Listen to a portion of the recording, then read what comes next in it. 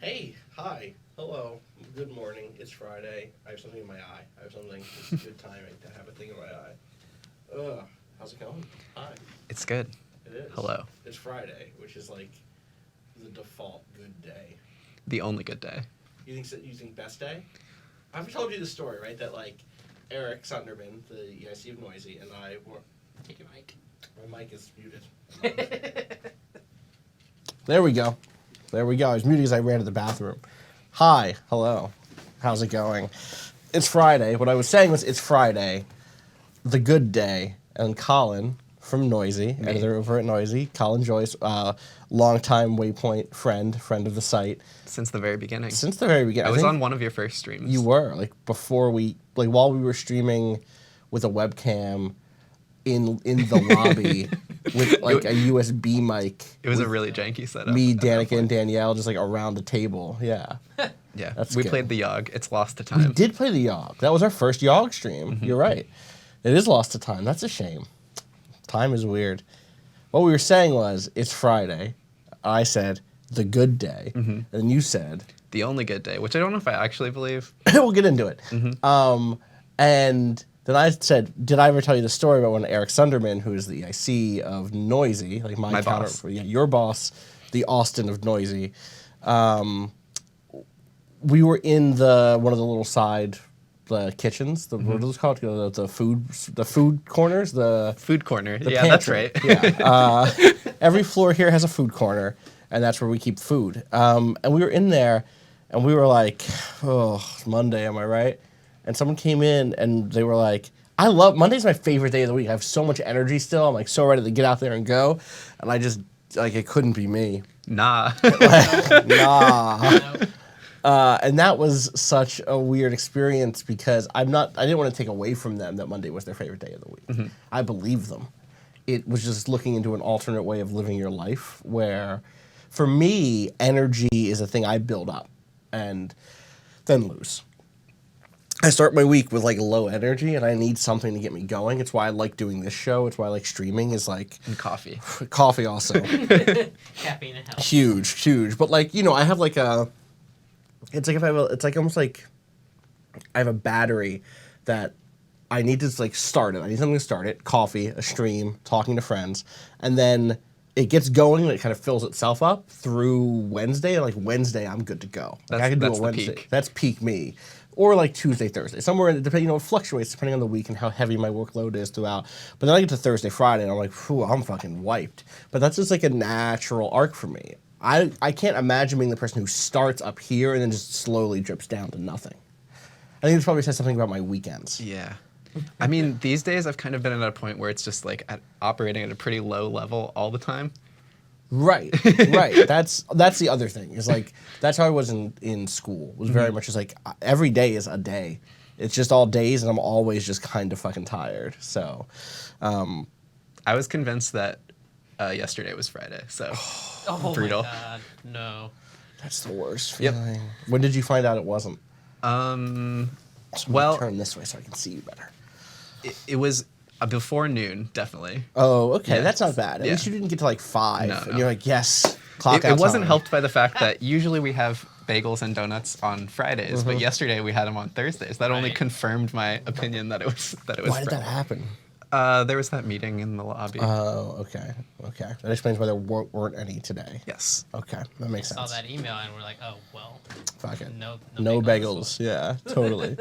Bagel Fridays. Actually, that's probably why Fridays are the best day. It's 'cause Bagel Fridays. Bagel Fridays. I have not been in an office in a long time that has not had a Bagel Friday of some sort. I guess like lots of New York offices do that. That makes sense. New York's a big bagel place. What's your bagel situation? What's your bagel situation? My bagel Both of you? situation. It's fluctuated over time for me, but I've settled recently into a poppy seed bagel with tofu spread. Not because I Ooh. like tofu spread, but because I want that extra hit of protein. in the Okay. morning. Wow, living a good life. Nice. Nice work. I've recently joined a gym. Okay. Bringing it out. Bringing it together. Yeah. So I need my extra protein now. As a vegetarian, I have Fair. to take it wherever I can get That's it. fair. And so tofu spread on Friday bagel. Yes. Gotcha. Cado, what's your bagel sitch? Just everything with Yeah. as much as I can put, much cream cheese as I can put on. Okay. Real thick. I Oreo almost. I like cream cheese, but I think I'm still just a butter bagel person. I just like. So butter you're the reason more. that there's like 6 containers of butter in the lobby every That's all Friday. me. Yeah, that's all me. And like one of cream cheese, and everyone's Yep. like, "There's not enough cream cheese." Yeah, no, the thing that's weird is like I think everybody in this building is a cream cheese person. Yeah. I'm like the It's only a really one. it's a real brutal situation. Yeah, I don't know why they have it balanced that way, but like butter is delicious. I like how it seeps into it. I'd rather have a bagel that butter has seeped into than one that just has cream cheese on top. Cream I'm cheese all is like a about just, spread. I'll, I like it. I'll spoon cream cheese. Don't even. It's too As a rich for kid, me. I loved It's too rich. I loved a blueberry bagel with butter on it. Yeah. I think butter pairs well with a sweet bagel, but I've switched to a savory bagel in my in your old maturity. age, yeah, in your maturity. I grew up with like a cinnamon raisin. That was like my go-to, and now I like in everything. I like like a sun-dried tomato. Oh, yeah, like that's a good one. Something like that is good. I like a salt bagel. We never have those We here. never have those here. I haven't had one of those in probably 6 months. Those What are is good. a salt bagel? Is it literally just? It has like sea salt. That sounds on good. the It's like sea outside. salt. Yeah, it's so good. It's so good. That with cream cheese is really good, actually. What's your sweet? What are the good days? Is it just the weekend? So I think that in addition to bagels, the reason that I really like Friday is because there's a lot of potential energy on Friday. Because obviously you still have to work, but Right. or I have to work. I don't. Not everybody. Yeah, not does. everybody does. Yeah, different But, schedules. but there's so much that can happen in the night and the coming that's days. that's really good. That's really big. Whereas on Saturday you're kind of just living it. Right. And You're then in it Sunday already. it already feels over. Yeah.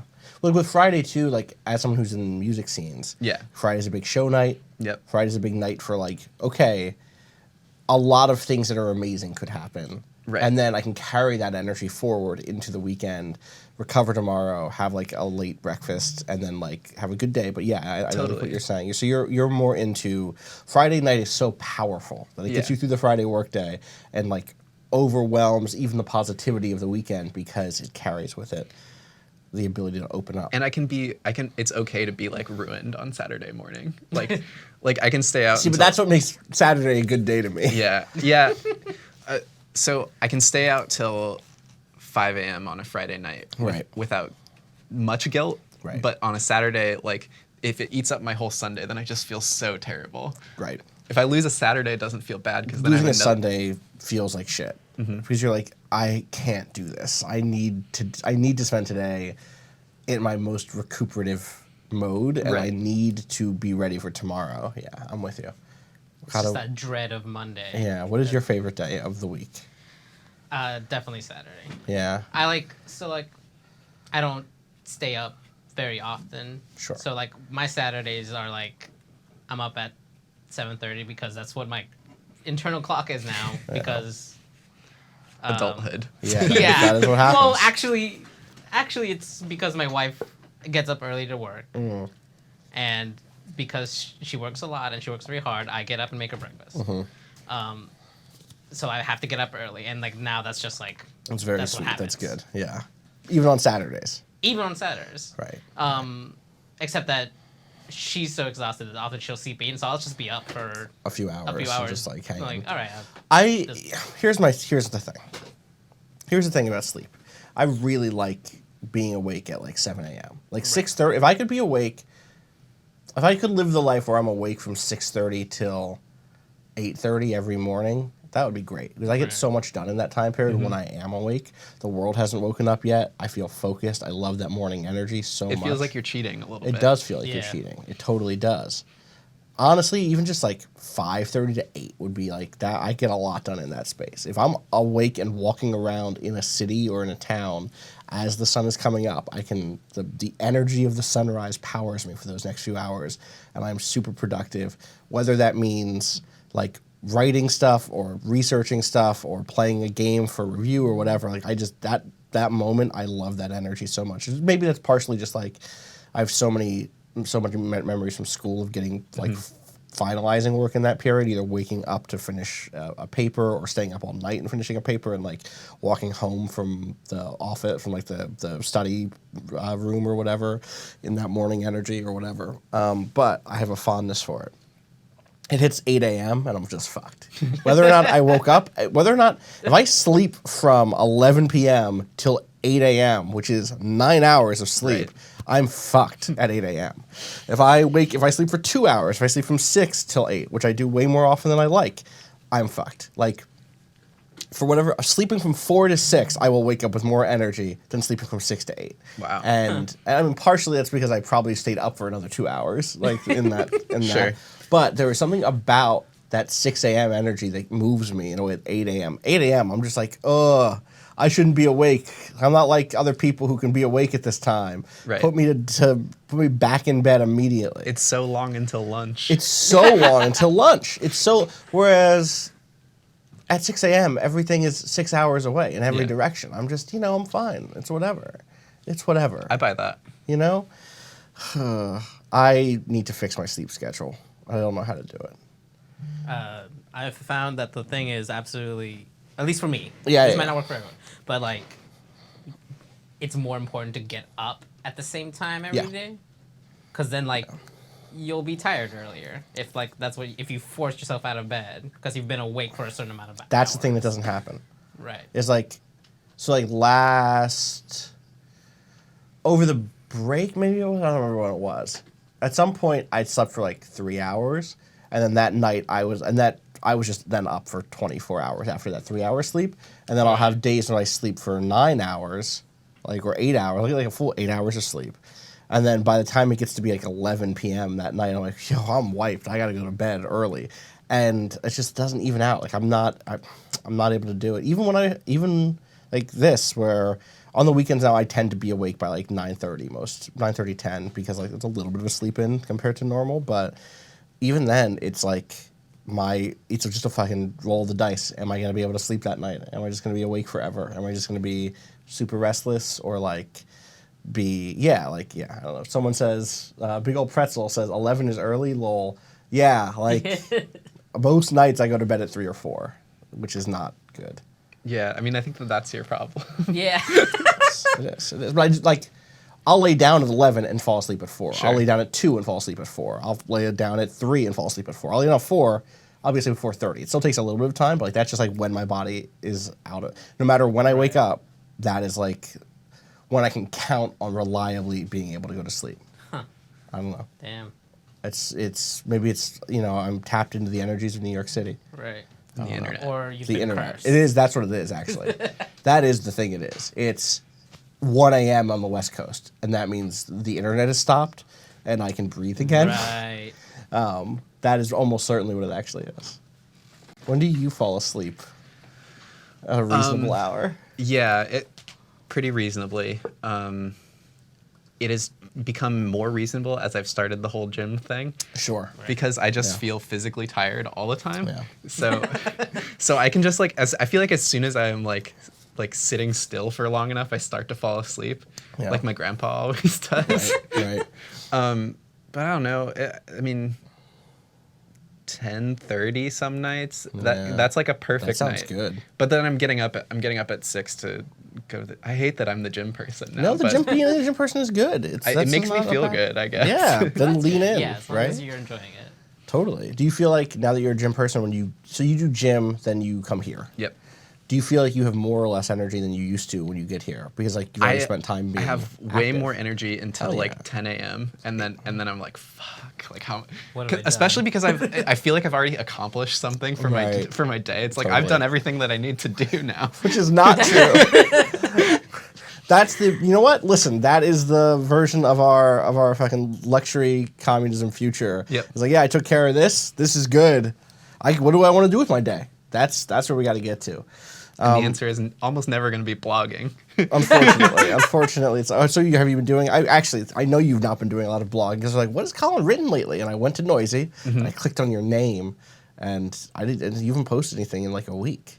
What's up, Colin? Where are your deadlines? I'm doing a lot more editing than Sure. I haven't really been blogging much in the time that I've been at Vice, which is I guess a luxury. Yeah, it is a luxury. Totally. Because prior to being here, that was all that I was doing was just like churning out Right. music news, Right. Which is I found to be kind of like brutal and untenable. I was is, writing like 8 posts a day. I've been there, just not for like a decade, and Yeah. it's so stressful. Fortunately, it seems like our industry, or at least here, Yeah. we don't do that anymore. It became untenable, and I think largely because, for a few reasons, like those sorts of like news blips are being delivered, I think, more directly through social media stuff, and also the way Facebook's algo like presents information makes those way less likely to hit than like something with a little more depth, at least, or something with an angle, at least. So yeah, I mean, most of what, even like Noisey's new tracks blogging now, it tends to be like more takey, even if it's like still quick. Yeah.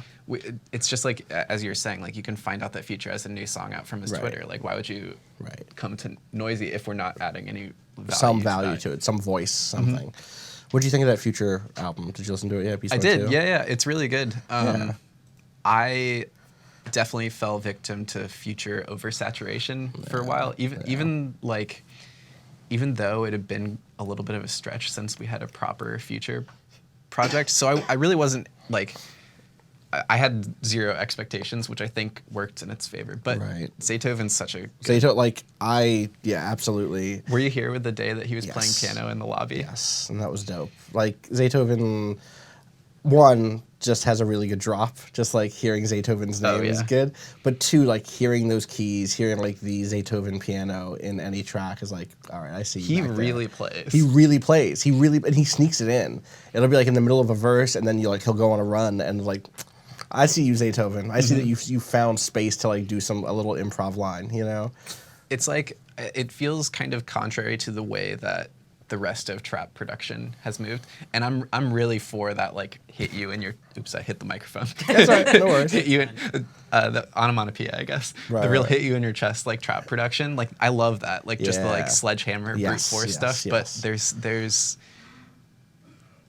some tact in what Zaytoven does, like a level of depth that I really appreciate. So I mean, and I think that suits Future really well. Well, absolutely, right. I don't think that Future couldn't be Future without that stuff, right? Like Future has this like it's so hard because I don't want to be like, oh yeah, he's so emotional, because like that's one that doesn't mean anything. One that's like carving off what we mean when we say emotional down to what we mean is like sad and horny, right? Which is like which he definitely is. Which he is. And emotion is really broad, and like anger is emotional, and ambition is emotional, and all that stuff too. So I don't want to like shave that off, but those qualities of Future, sad and horny, and like regretful, but also like proud, like all of that does come through a lot of Zaytoven production, and a lot of like that slightly more subtle, slightly more refined, like refine's the wrong word. There's just like a melancholy in that production, even when it's like a song that's about like beating his chest a little bit. He can still have those moments because of that production. So, yeah, he really is like a super malleable rapper, despite the fact that he has a reputation of doing the same thing over and over again. Because if you compare like the headspace that he's in on a Zaytoven beat versus the headspace that he's in on a Metro Boomin beat, totally completely different. But his voice obviously like just carries so much, just such a distinct quality to it that it kind of unites those two. I came to Future so late, and I felt really bad about it. I was like, fuck, I was not dialed in on this, because Future kind of like blew up while I was still in grad school, and I was just like head down listening to the same artist I listened to at the beginning of grad school, because like it was one of those things that was just like, all right, I'm going under. Like, boom, I'm into my submarine. I'm just gonna like push through grad school, and at some point I'll come back up and it'll be fine. I came back up and I was like, Future who? And then I was like, oh, okay, fuck, I should not have slept on this. And now I'm glad that I don't have to. Now I can listen to things all the time. I was gonna say something else. Oh, so like Future, huge. Everybody, maybe not everybody knows who Future is. Everyone's heard Mask Off. Everyone's probably heard one song that Future did with Drake. Everyone's probably heard. Not everyone, right? We have a really diverse audience of people who maybe aren't as like in that scene.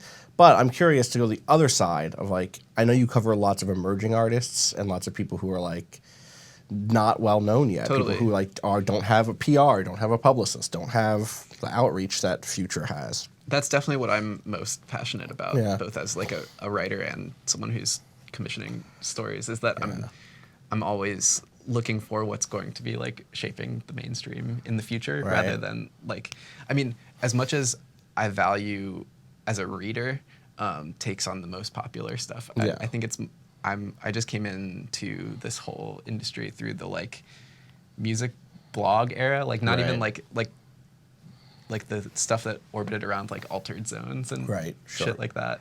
The like very tastemakery, curatorial, like I want to know a writer's taste as much as I want to know their perspective. I think that both are really important. Right. Is that like a matter of finding a writer whose prose you really like and then just like sticking with them and like figuring out what makes them tick as much as just like, oh yeah, this person helped me understand why I like this record. Right. Yeah. I mean, it can happen either way, from the prose or just from. I mean, I found so many great writers just through seeing them tweet about the same stuff that I like. Same. Like, Yeah. that's just how it happens as often as anything else. But yeah, the figuring out through someone's prose that their brain works the same Right. way as mine, or that it Right. works very differently Totally. than mine. Totally. Can help me unlock a lot of stuff. Who are some of your favorite writers in music right now?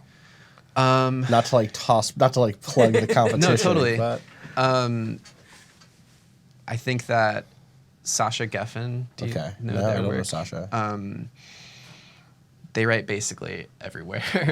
Awesome. But they write really intelligently about. I mean, I think that we have similar taste, which is part of it, and also like we're at least acquaintances, if not friends. Sure. Sure. But I think that they write really well about the way that like production characteristics and aesthetics like can be reflective of like gender and stuff like that. Sure. Too. What have they written lately that would be or maybe not even lately, just like So one of my favorite things that they've written was back when MTV News was still in the form that it was a couple of years ago. There was a live review. media is wild, huh? Yeah. Well, we could go. We really could, yeah. They wrote a review of a One O Tricks Point Never Okay. live show that Yeah. in the tour that he was touring his album that was kind of like about puberty and aliens. Yeah, yeah. And there was just like a really interesting reflection on like being in the midst of like a sweaty mosh pit of boys at that show and Right. like how that. What is that feeling? Yeah. Awesome. Who are some of the emerging artists that you've like written about or are writing about, or like maybe not are right? I mean, it's not a thing you get scooped on, so Right. whatever. But like, No, totally. I'm just curious, like, where's your head at right now? I guess- music wise. I would like to take the occasion to plug a series that I've been editing at Noisey that has been off and on in existence, but is very much on right now, which is our Noisey Next series. It's kind of our profile series on emerging artists where we like dedicate 1,000 to 3,000, 4,000 words. geez, like it so can, like it can a really for real be a range. profile. Yeah. Yeah. That's long. Like Yeah. it's funny. It's like we talk about word counts. Yeah. On this side of the camera, and we're like, I know that 3,000, 4,000 word profile piece in the age of the 500 word take means something, but it can. If you're listening, like that's like a pretty in depth. It's not like a. It's going to take front you page magazine. a minute to read. Right. Exactly. It's going to take you. You put some time aside. You go like, yeah, I'm going to read this today. It's going to feel good. So in that series, in the last 3 months, we've run some that I'm like really, really stoked about. The biggest one we ran was on the Atlanta rapper Lil Baby, Right. who's not small, but he's had this like In either way. Yeah. he's had this like rapid rise over the course of the past year. Like he literally wasn't rapping a year ago. Wow. Which is amazing, especially if you listen to what he's doing now. Right.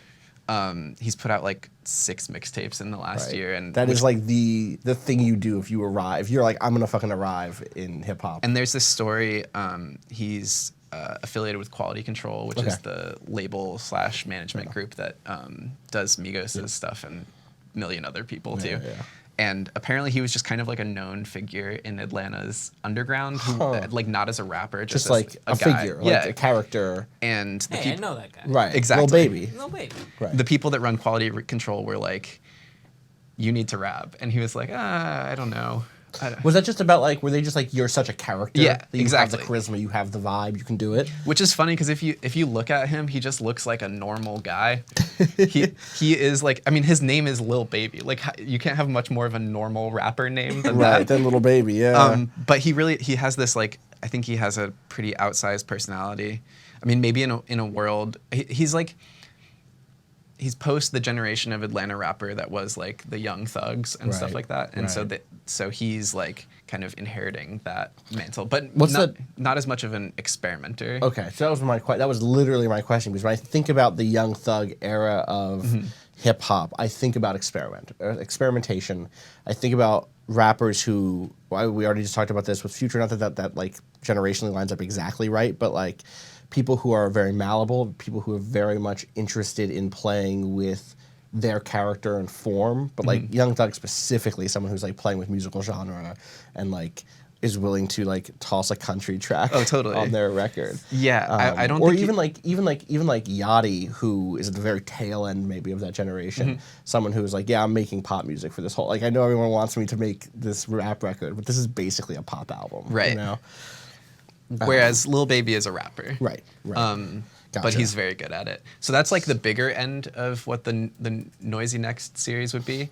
But then we also do like really small artists. Like I was telling you at lunch a few weeks ago about this guy King Vision Ultra. Right, which is like such a good name. Yeah, amazing name. He is this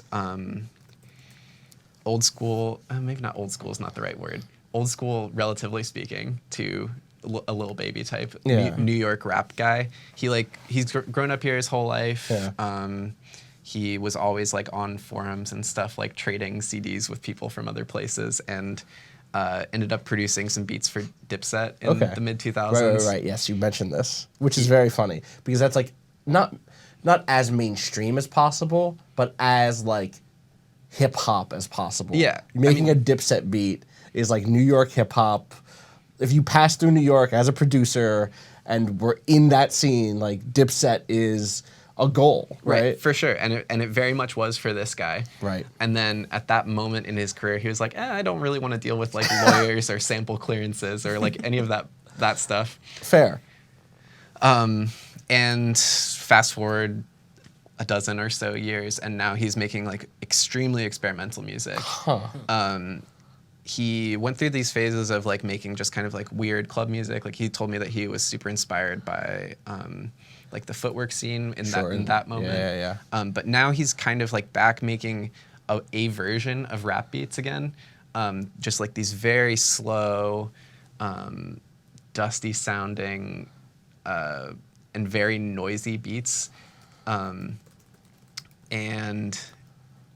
his tape that came out with the debut as King Vision Ultra was this concept record that was a statement against carceral treatment for mental health issues. Right. So it's this very, very dark, very heavy, and lots of samples from people talking about Like people in prison. talking about mental health. Wow.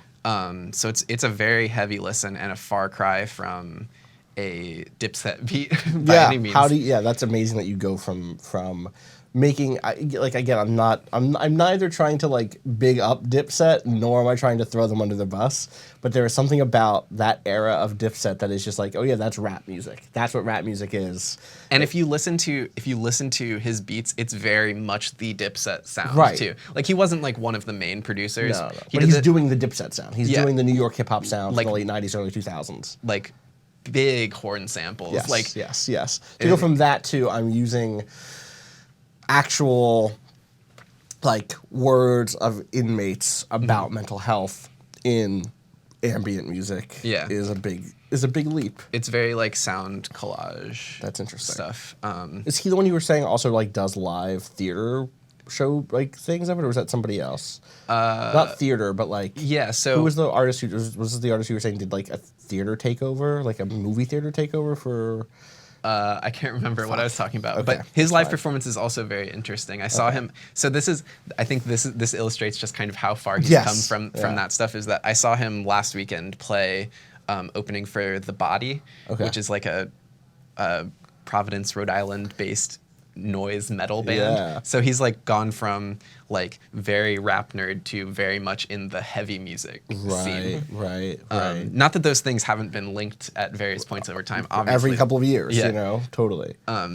But he kind of just like kneels down on stage over like his gear and covers himself in this like kind of translucent black sheet. Right.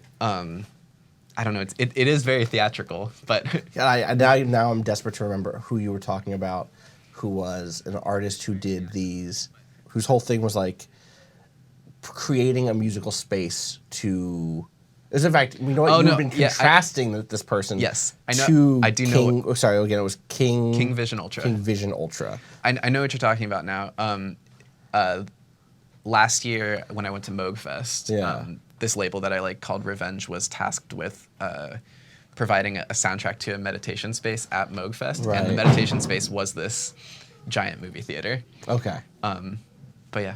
Okay, cool. I was like, I remember we had this whole conversation about the production of space and the creation of like a place to not only meditate but to like think politically in a physical space. Right, and because then, the piece that they ultimately ended up producing was called Peaceful Protest. And so I had a piece that I was really interested in the idea of how abstract music could be used as a form of protest, because it's deliberately, like ambient music I think of as deliberately non-didactic. Right, like it's not like there are lyrics where you're like so like there's lots of really didactic music where like the lyrics are fight the power. Right. Like you like again super easy to think about that moment of early to mid 90s hip hop, Rage Against the Machine, Public Enemy, like the sort of like here is my message. Fuck the police. Right. You know, fuck corporations, respect revolutionaries. Like that is and then there's also music that is political in nature but like doesn't ever say a word. And like how is it political in nature? How is it arriving at the message it wants to produce, and how is it communicating that to an audience who isn't picking I try not to promote side projects on this here, but I do a podcast called One Song Only about Kanye West. We're trying to figure out the best Kanye West song by way of the Carrington Harrison bracket that got pushed around, that got released earlier this year. He released like the Kanye Madness bracket, and so me and two friends are going through the whole thing. And we just got to an episode about Diamonds from Sierra Leone, the Kanye song. So the remix was with Jay-Z, and the whole like high level thing is like Kanye does the version of it where it's just about him taking over Rockefeller and like becoming, you know, inheriting the rock as it were.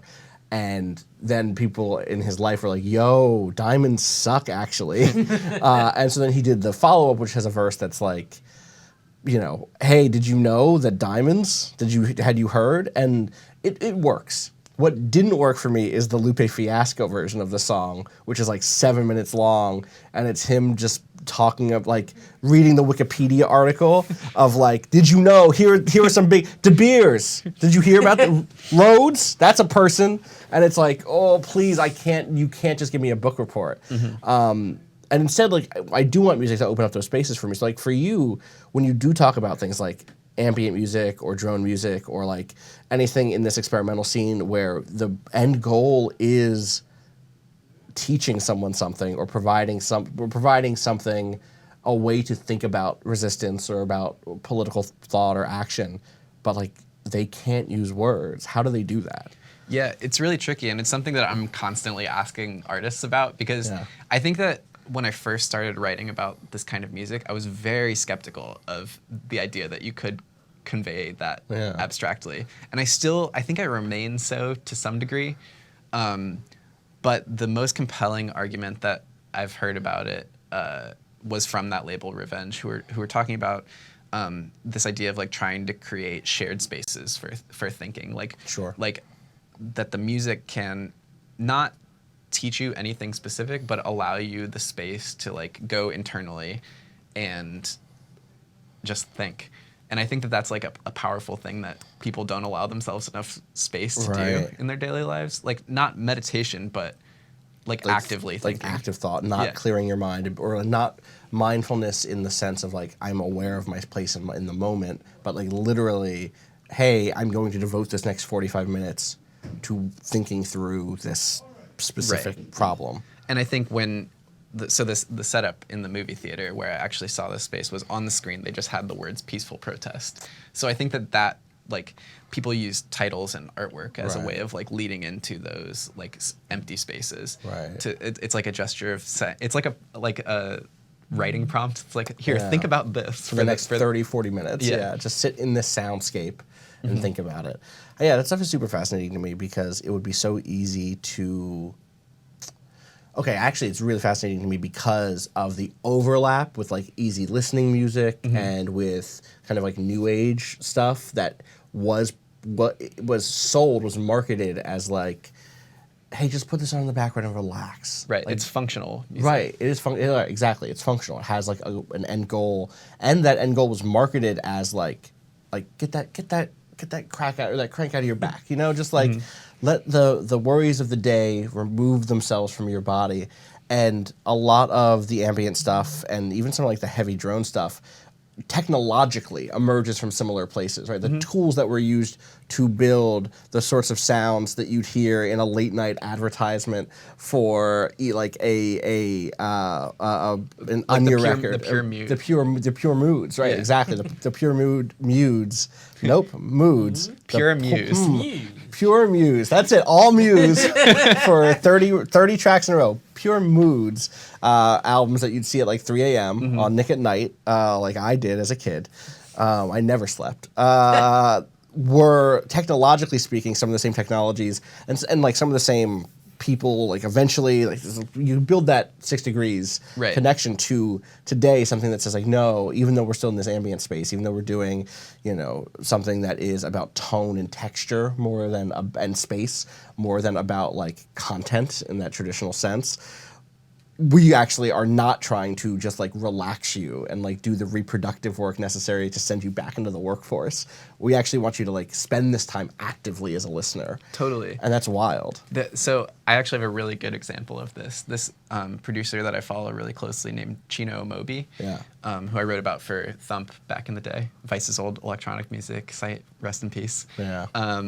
He released this album 2 years ago called Airport Music for Black Folk. Right. Yes. Which was an explicit response to Brian Eno's music for airports, Yep. which is a very like relaxing music. But Chino Moby's idea was that for lots of people, an airport is not a relaxing space. Yeah. So he made music that more reflected that reality than just the peaceful music that was meant to like soundtrack your Yeah. transit experience. Totally. Which I mean, the TSA is so fraught for so many people. For so many people, and it's complex in so many different ways, right? Like it's so much to at once fear and hate the TSA, and also know that the TSA is one path for Black folks to go for jobs that Yeah. actually pay decently and provide some vector for improvement of economic situation. Like even that part of it makes it even like extra fraught.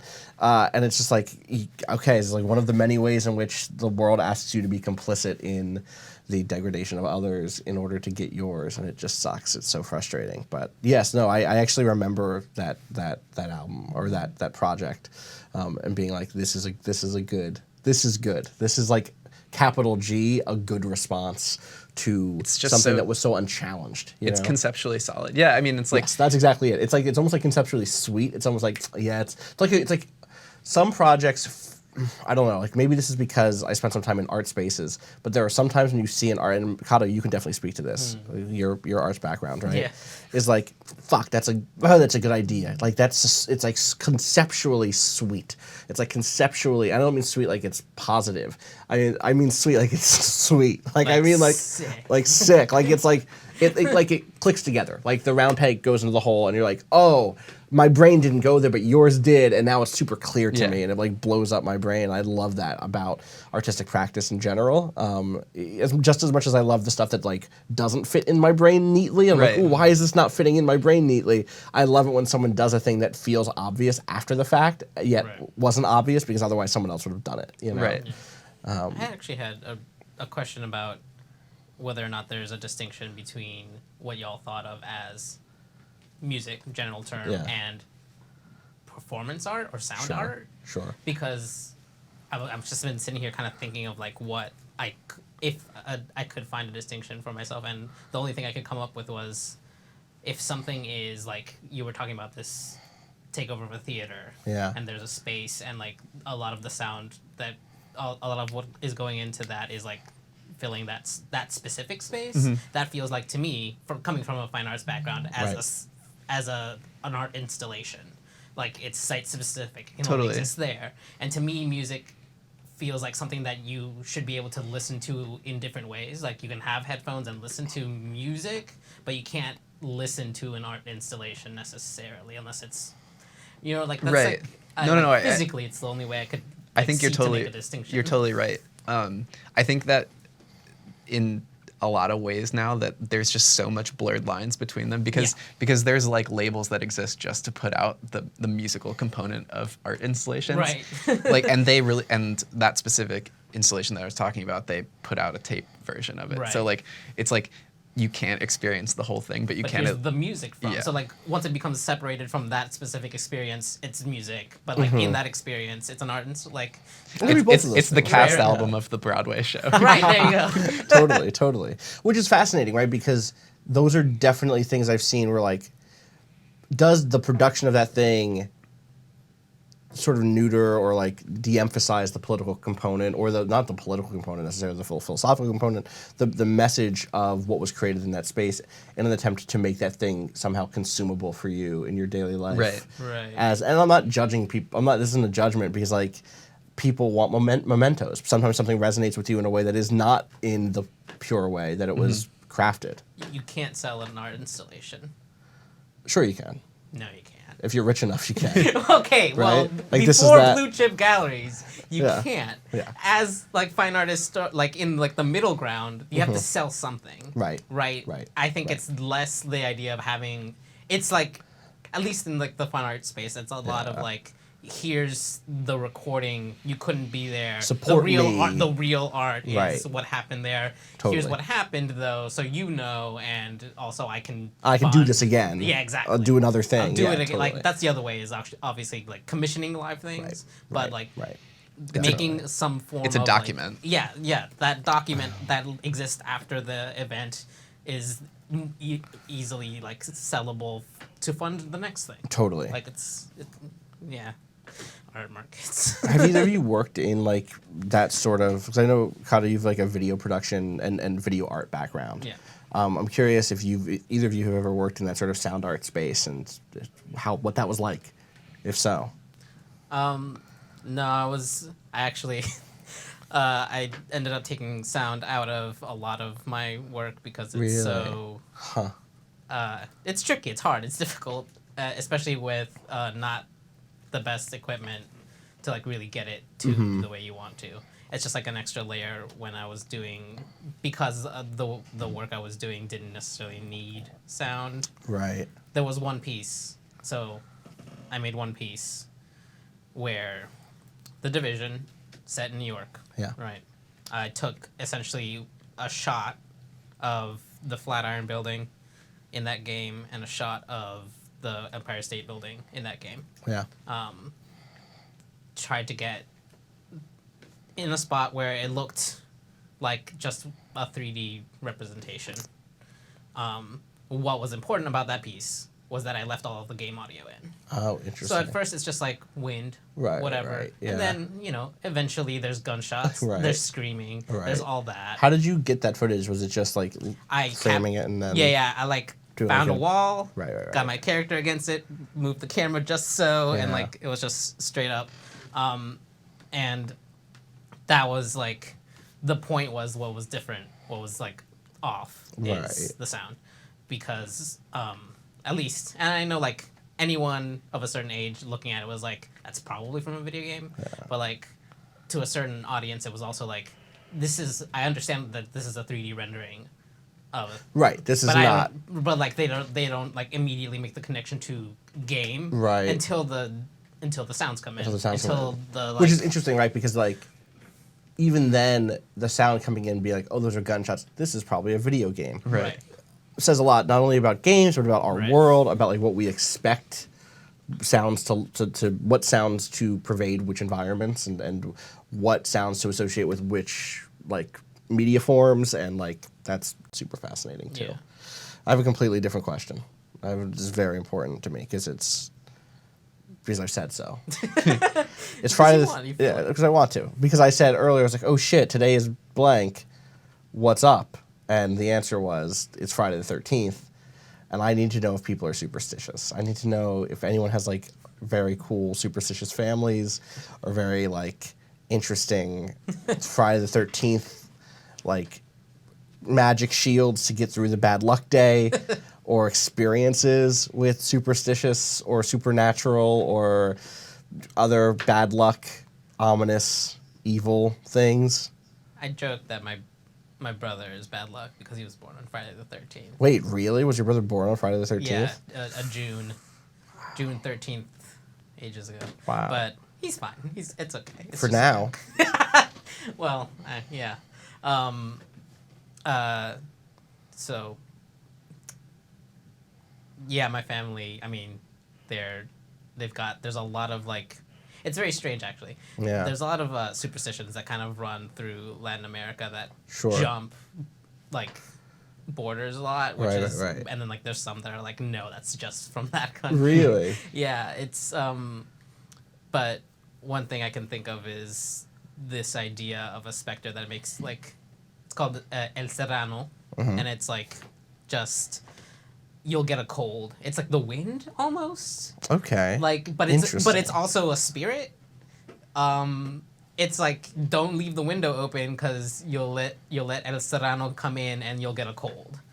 But it's this weird thing where like it's a personification of just like the cold and the wind that like you might Interesting. get a cold from, but it's definitely alive and it'll come get you. And it'll come get you. Yeah. Right. You can't just have a coat on. That's not enough. No. It'll like, get you. It doesn't matter that you're undercover. It's like Right. you left that window open, the Serrano's gonna get in. Oh, wow. Brutal. Close the goddamn window. Close the damn Got window, it. yeah. Okay, gotcha.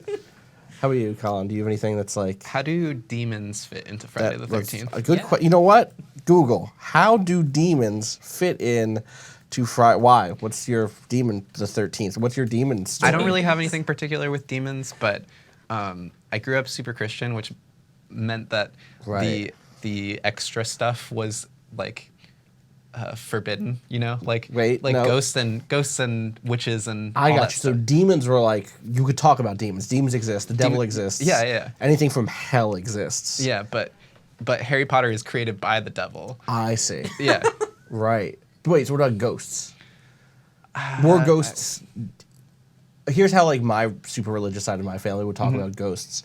Would be like, good ghosts don't exist. Anything that's like a ghost is a devil or a demon playing tricks on you Gotcha. and trying to get. It's like a vector for demon. It's like a way. It's a ploy from some sort of demonic force that is going to get you. Tricks. Which is weird because like angels did exist. Angels also true, also real, could touch your life. Maybe ghosts? But that's what I'm saying. It's like could angels be ghosts? I don't Angels be know. demon- You know what's I really enjoy the angel depictions where it's just a bunch of eyeballs. Yeah, that's like the real angel. That's Have like you fuck- seen that those stuff? are Yeah, like yeah. demons. Yeah, totally. Angels as described in various sources have like some fucking metal looks to them. Yeah. Just a bunch of horns Yeah. and also a trumpet. And also a trumpet. Maybe one of those horns is a trumpet, who could say? Is there anything that you do that is superstitious that like you don't think of as superstitious or that you don't even like engage with as an active part of your life, but I don't you know. do it? Just like lingering guilt and shame from Yeah, sure. is that a superstition? Yeah. Just like Yeah. despite the fact that I don't really engage with that upbringing very much these days, just the sort of like, I feel like you'll never really fully shake the feeling when you've been told your whole life that like, if you do bad, you're going to Yeah. hell. Like Right. Yeah. that's just something Yeah. that you can't ever really fully escape. Even if Totally. even if you don't end up believing it, it's just always going to It's be going to that. be there. I Yeah. mean, do that calculus in your head. I think a childhood of Christianity is what ultimately taught me to fear the void. You know. Fair. Because well, I guess my question there is like, was hell communicated to you as a kid as being the void? But I know, like, No, some it's like household- torture, you Yeah, know, whatever. right. That's the thing. Is like I definitely had. Well, I feel like So my family was split. My dad's side was Protestant and like subdivided into a number of different Protestant denominations. My mom's side was Catholic. My stepdad's side was Catholic. And I went to Catholic school for a while. I went to Catholic school through high school, right? And to start with, I got a lot of the like torture and stuff. Hell is physical pain. Hell is a place of physical pain. And then somewhere along the line, I got the void. We got like, there was a pivot, especially in the Catholic education side, where it was like, no, hell is a disconnection from God and a discontinuity with everything. And was just like, we don't know what hell is, but it means that you're going to not be in God's light. Yeah. You're going to be like separated. And that was Also, the story from Destiny 2. also the story from Destiny 2. Correct. You lost your connection lost to the your light. You lost connection to You the traveler. can't be resurrected. Yeah. That really makes me think differently about Damn, that oh, game. Destiny shit. 2. Yeah, wait, it was Gaul? Okay, I gotta Hold up. catch me on my YouTube channel. The Game Theologian. That definitely exists. That definitely Oh, exists. geez. And it may be interesting. I don't know. It started off with one video about the Matrix. Yeah, exactly. And then bit by bit became. Here's mine. Here's my superstition I do that makes no sense. When I am at an ATM, or when I'm using like a debit card, and I have to put in my PIN, I think of different numbers in case someone is reading my mind. I close my eyes. So let's say my PIN number was 1234. It isn't. Let's say it was. I'll go 7890 as I'm hitting 1234. Because what if someone is reading my mind and has access to my site, and then they're going to jack all my money? I know what you're thinking. This is a pretty low-level defense mechanism Yeah. against Right. the mind readers. Because there's also more practical ways people could steal your PIN number. And have. And have. Oh, shit. But it's like a thing I did when I was 12. Do you know what I Yeah, mean? yeah. And I just still do it because it's like, oh yeah, 1, 2, 3, 4 is what I say in my head, no matter what numbers I'm hitting on the keypad. And it's nothing. It's nonsense. But here's my other theory. If there are psychics, they're probably low-level psychics. Otherwise, they'd be very powerful. True. And they might only be able to briefly snap into my mind and like, he's hitting 1, 2, 3, 4, and then they'll know that. And then I'm just saying. I think it's good practice. Takasaka says, "Yo, you had a bank account at 12." No, but I had my mom's ATM card. my mom had brain surgery when I was in first grade, and so I often had to like go to the store or like go to the ATM and get money, and then go to the store and bring back milk or whatever. So that is what that was. It is good practice for when our banking is done via our brains, like everything Totally, else. that's exactly it. I'm future proofed. Here's my question: Is Yeah. like your like conscious thought of like thinking these numbers, Yeah. this concept, gonna be like the forefront when like they're going into your mind? That's or my it's hope. just, like Here's my actual hope. My hope is so. I think if there are going to be different types of brain divers, which is what we call them, Yeah. brain divers, there will be. scientific term. It's like real diving, right? Or it's like there's lots of metaphors. So you could do your analogy. You talk about real diving, where spelunking, like cave diving is another one. Cave spelunking, or any sort of psychological work where like there's a surface level, and then there's like the deeper depths, and then there's the surface level thoughts that you know as a person. Then there are the level of thoughts that you know as a person. So surface level thoughts that you're saying out loud. There are surface level thoughts that like are bubbling on your brain. And you know they're bubbling there, and they are informing what you say and do. There are the under thoughts that you know you're having, but that you do not want people to know, which is where you're like, oh, this conversation's so dry, I'm not going to say anything, but or. That's not what I'm thinking right But now. that's how I'm. Or like, oh, this class is so boring, or this meeting is so boring. Like, I'm going to sit here and smile and nod. So I'm aware of those thoughts. Then there's the thoughts under those which I don't know about, right? Which are like, there's parts of your psyche that you don't have access to in any given moment. Sure. One of the things that great artwork does is opens up those spaces to you sometimes and lets you have access to a feeling of grief or a feeling of ingenuity or a sense of how you've been processing this trauma or something. And then there are thoughts deeper even there that you will not through art or through deep, normal, like daily connection, we'll just never get access to. And it's one of the reasons that like therapy is useful sometimes. It's like that type of space can help open up those spaces because it's like dedicated to finding that part of your consciousness and like letting you address those things in a way that you would have to just you could not stumble into on a day-to-day thing. I think that by saying 1, 2, 3, 4 instead of 7, 8, 9, 0, I'm building up that very top layer to make it deeper. Gotcha. And I'm broadcasting it. Because also, for 99% of okay, let's say you're a brain diver. Let's say you are a malicious brain diver, an MBD. You will, for 99% of the people you deal with, when they're putting in their PIN number, they go, oh, 1, 2, 3, 4. That's like my voice for like an average person. Well, 1, 2, 3, 4. And they're like, all right, got it. That's their PIN. Why would they dive deeper? It's just a thing they're thinking. Right. So for now, at least, my surface level thought shield will protect me because it's not worth the time to dive deeper 99% of the time. Right, and if they try to dive deeper, they'll be crushed by the pressure. Exactly. Exactly. Exactly. Which was actually kind of dangerous for me because then they get stuck in my brain, and that's whoa. No, that's bad. You had more psychic questions. Well, no, I here. was wondering actually whether or not like your mind doing regular motor tasks and just moving is actually above that or not, whether or not it, like layers wise, just like the fact that you do it without thinking. Yes, in fact, those before things, thinking often. Right, pre-thought. Like, is that actually what's on the totally? surface But then? I don't think PIN numbers are that. I think but like because if I'm someone's entering, good enough, they could be like, I see this pattern. Maybe, but every time I step to the PIN, every time I step to that, I enter this mode of being in active thought mode. Right. And before before I'm even at the thing, I'm like, all right, I'm in my defense mode.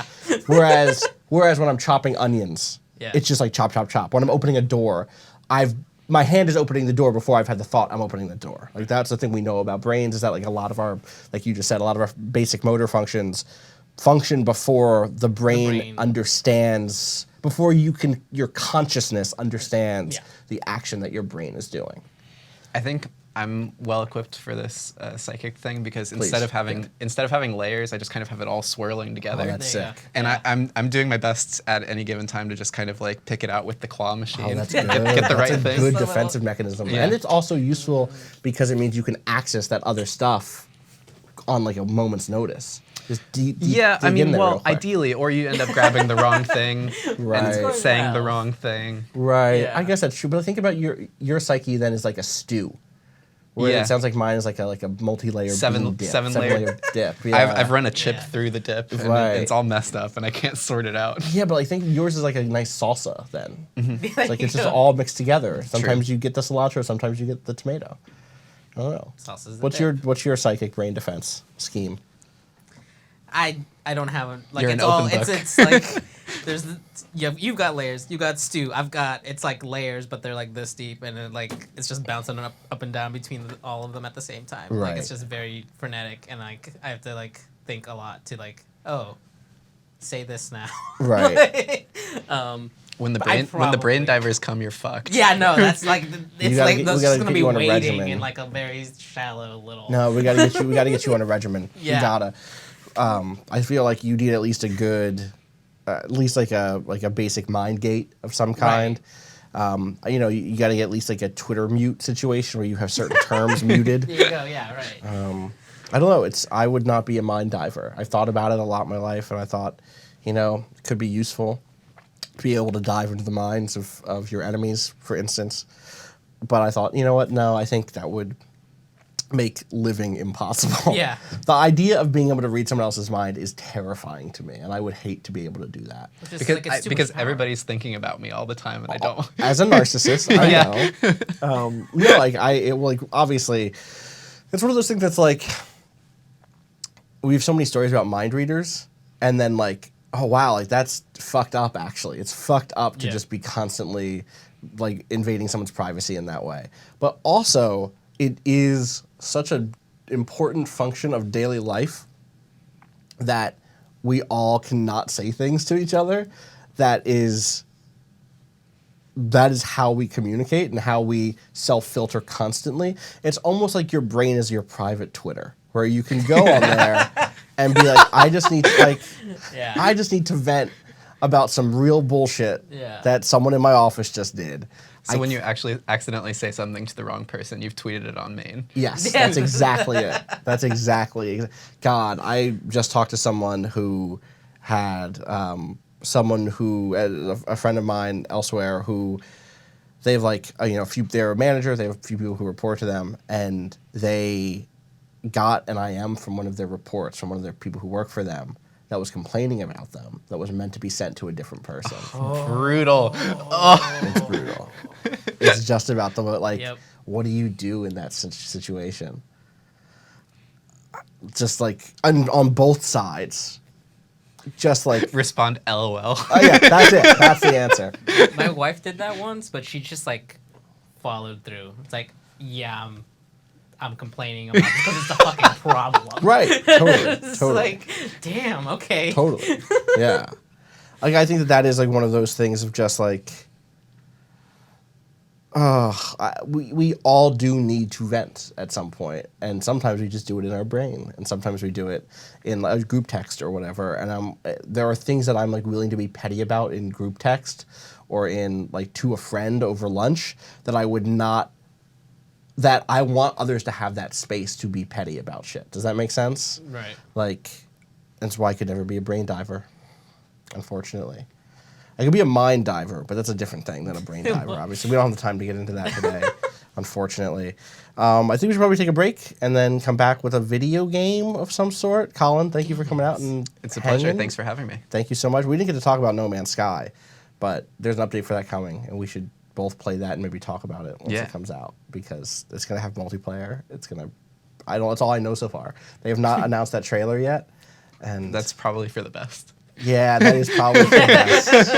You're Give him the right. history. But we'll see. All right, let's take a quick break. We might be a 5-10 minute break. We'll bring down the stream, and then we'll be back with I don't know what yet. We'll see. Maybe I'll show off this Galaxy port on Switch that's super disappointing. I don't know. No. We'll see. Yeah, I'm bummed. Anyway, thanks again, Colin. Where can people find you on the internet? I'm on Twitter at OutaSiteOuta. OUTTASITE. Yep. OUTTA. That's it. You just search just Colin Joyce, Yeah. COLIN JOYCE. Boom. Noisey.com. Noisey.com. Y'all have the .com. We Yeah. couldn't get that. Damn. I was shocked when I found out we had that because Thump never did, and I know Right, that you we guys didn't don't. either. I still reflexively type noisy.vice.com. Right, right. Oh, also check out dave.guide. What's Dave Guide? It's loading. Yeah, okay. Finally. Dave.guide. Dave.guide. Everyone should go there. This Right. has helped my life already. Oh, wow. Dave Merrick's on here. Yeah. From comms. Wow. Thank you for this. This is useful. You say it's ranked, but this doesn't. Is this ranked or is this? There's no numbers. Who's to say? Okay. Good. Dave.guide, everybody. Anything else you want to plug coming up or out now? Noisey next. Noisey next. We also run Noisey mixes every week if you are into DJ, or every other week if you are into DJ sets. I curate those. Check out the 69 worst instruments of all time, published this week on noisey.com. Good. Nice. Worst instruments of all Worst time? instruments. Excited to see that. I won't Perfect. spoil number one, but the bassoon is definitely on there. What? Bassoons are dope. Yeah. They're good. I said that it looks like a flute with its shoelaces untied. Damn! Coming for you, bassoon. Colin Joyce out here putting your name in the streets, bassoon. Also, bassoon's a silly word. Yeah. All right, everybody. I like bassoons, but what can I say? I have to big ups Colin. All right, thanks for coming on. Cado, take it down. We'll be right back with something else. I don't know. Peace.